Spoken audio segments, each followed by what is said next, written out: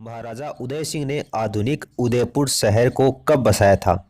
महाराजा उदय सिंह ने आधुनिक उदयपुर शहर को कब बसाया था? 1569 ईस्वी में, 1579 में, 1559 में या 1549 में? तो देखिए, उदय सिंह के द्वारा जो आधुनिक उदयपुर बसाने का कार्य किया गया था वो 1559 ईस्वी में किया गया था। ऑप्शन थर्ड क्या होगा इसका करेक्ट आंसर होगा। महाराजा उदय सिंह का राज्याभिषेक कहाँ पर हुआ था? महाराजा उदय सिंह इनका राज्याभिषेक कहाँ पर हुआ था? चित्तौड़गढ़, उदयपुर, खमनोर या कुंभलगढ़? तो उदय सिंह का जो राज्याभिषेक हुआ था वो कहाँ पर हुआ था? कुंभलगढ़ में हुआ था। Option D. वीर सेनानायक जयमल फत्ता किसके सेनापति थे? जयमल और फत्ता किसके सेनापति थे? राणा कुंभा, राणा सांगा, राणा उदय सिंह या महाराणा प्रताप? जयमल और फत्ता किसके सेनापति थे? महाराणा उदय सिंह के थे। ऑप्शन थर्ड क्या होगा इसका करेक्ट आंसर होगा। वीर कल्लाजी राठौड़ का योगदान मेवाड़ के लिए किस वर्ष में रहा था? वीर कल्लाजी राठौड़ इनका योगदान मेवाड़ के लिए कौन से वर्ष में रहा था? 1567 ईस्वी में, 1534 में, 1562 में या 1554 ईस्वी में? तो वीर कल्लाजी राठौड़ का जो योगदान है वो मेवाड़ के इतिहास में इनका योगदान रहा था 1567 ईस्वी में। ऑप्शन फर्स्ट इसका आंसर होगा। त्याग व वीरता की मूर्ति जिनका नाम है पन्नाधाय, इनकी छतरी आपको बताना है कि कहाँ पर स्थित है। पन्नाधाय की छतरी कहाँ पर है? गिलुंड राजसमंद में, भानगढ़ अलवर में, अजबगढ़ अलवर में या तिमनगढ़ करौली में? त्याग व वीरता की मूर्ति पन्नाधाय की छतरी कहाँ पर स्थित है? भानगढ़ अलवर में स्थित है। ऑप्शन सेकंड इसका करेक्ट आंसर होगा। 1807 में गिंगोली के युद्ध में जयपुर के जगत सिंह का साथ पिंडारी वंश के किस शासक ने दिया था?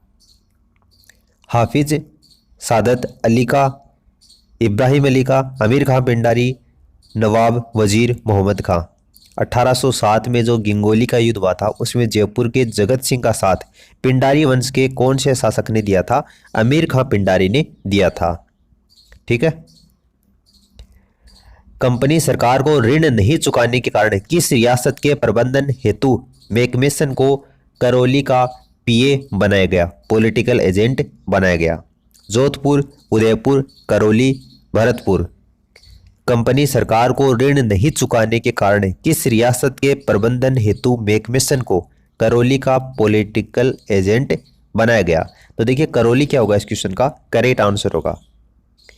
किस यादव वंश के शासक के द्वारा करौली रियासत को अपनी पहली राजधानी बनाया था? किस यादव वंश के शासक द्वारा करौली रियासत को अपनी पहली राजधानी बनाया? विजयपाल, तिम्मनपाल, अर्जुनपाल, धर्मपाल द्वितीय? तो देखिए, इसका आंसर होगा धर्मपाल द्वितीय। जैसलमेर रियासत में किसके काल में 1879 में अंग्रेजों ने जैसलमेर से नमक संधि की थी?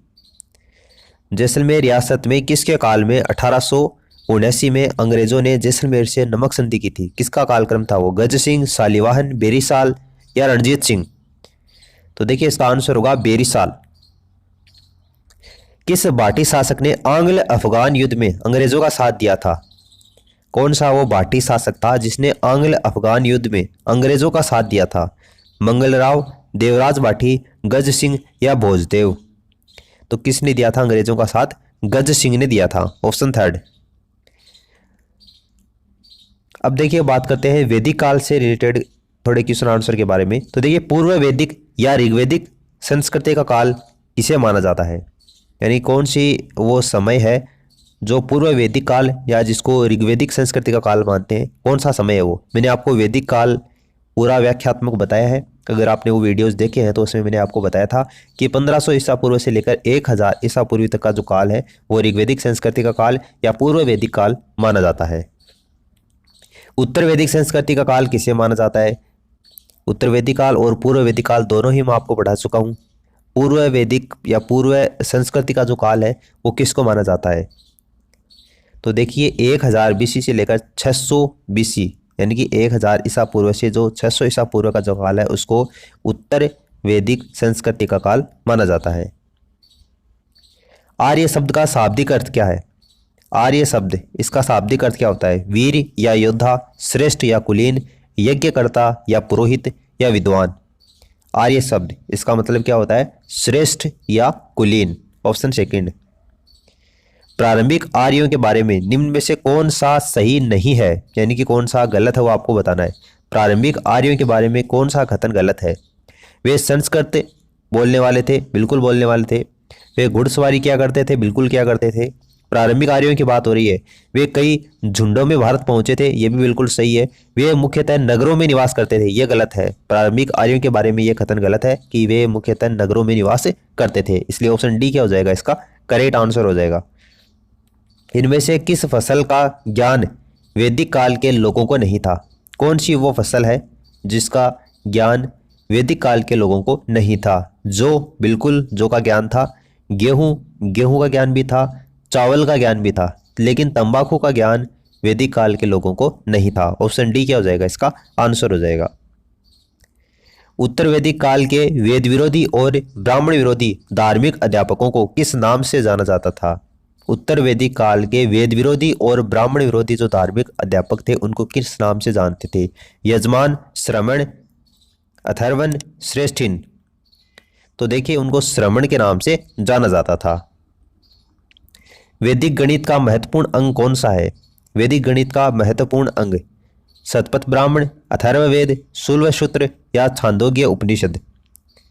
वैदिक गणित का महत्वपूर्ण अंग कौन सा है? शुल्बसूत्र है। ऑप्शन सी इसका आंसर होगा। अब देखिए बात करते हैं हिंदी से रिलेटेड कुछ मोस्ट इंपॉर्टेंट क्वेश्चन आंसर के बारे में। प वर्ग का उच्चारण स्थान आपको बताना है। प वर्ग जैसे क वर्ग है, च वर्ग है, ट वर्ग है, त वर्ग है, उसी तरीके से प वर्ग प फ ब भ म, उसका उच्चारण स्थान कौन सा होता है? देखिए संस्कृत में एक सूत्र है उपुब्ध मान्यना ओष्ठो, ठीक है, तो ओष्ठ से इसका उच्चारण होता है। अगर आप बोलकर भी देखते हैं प, तो दोनों जो होठ होते हैं वो आपस में टकराते हैं, तो ओष्ठ से इसका उच्चारण स्थान होता है। च वर्ग का उच्चारण स्थान कौन सा है? च वर्ग इसका उच्चारण स्थान कौन सा है? तो संस्कृत में एक सूत्र है इचु यसानाम तालु, तो यहाँ से च वर्ग निकलता है, तो च छ जय जय ये, तो ये इचु यसानाम तालु होता है। इसका मतलब तालु से क्या होता है? इसका उच्चारण होता है। वर्णों के समूह को क्या कहते हैं? वर्णों का जो समूह है उसको क्या कहते हैं? समूह शब्द कहते हैं, संयुक्त शब्द कहते हैं, वर्णमाला कहते हैं, या इनमें से कोई नहीं? वर्णों के समूह को किस नाम से जानते हैं? वर्णमाला के नाम से जाना जाता है। Option C. अक्षय, त्रय, ज्ञ, ये तीनों कौन सा व्यंजन है?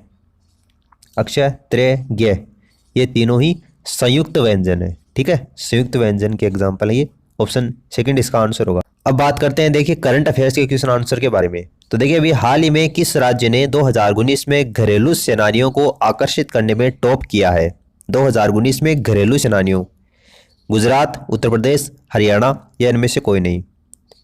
तो देखिए उत्तर प्रदेश क्या होगा? इसका करेक्ट आंसर होगा। अभी हाल ही में विश्व हिंदू तेंदुआ दिवस कब मनाया गया? विश्व हिंदू तेंदुआ दिवस कब मनाया गया? 22 अक्टूबर को, 23 अक्टूबर को, या 21 अक्टूबर को? विश्व हिंदू तेंदुआ दिवस कब मनाया गया था? 23 अक्टूबर को मनाया गया था।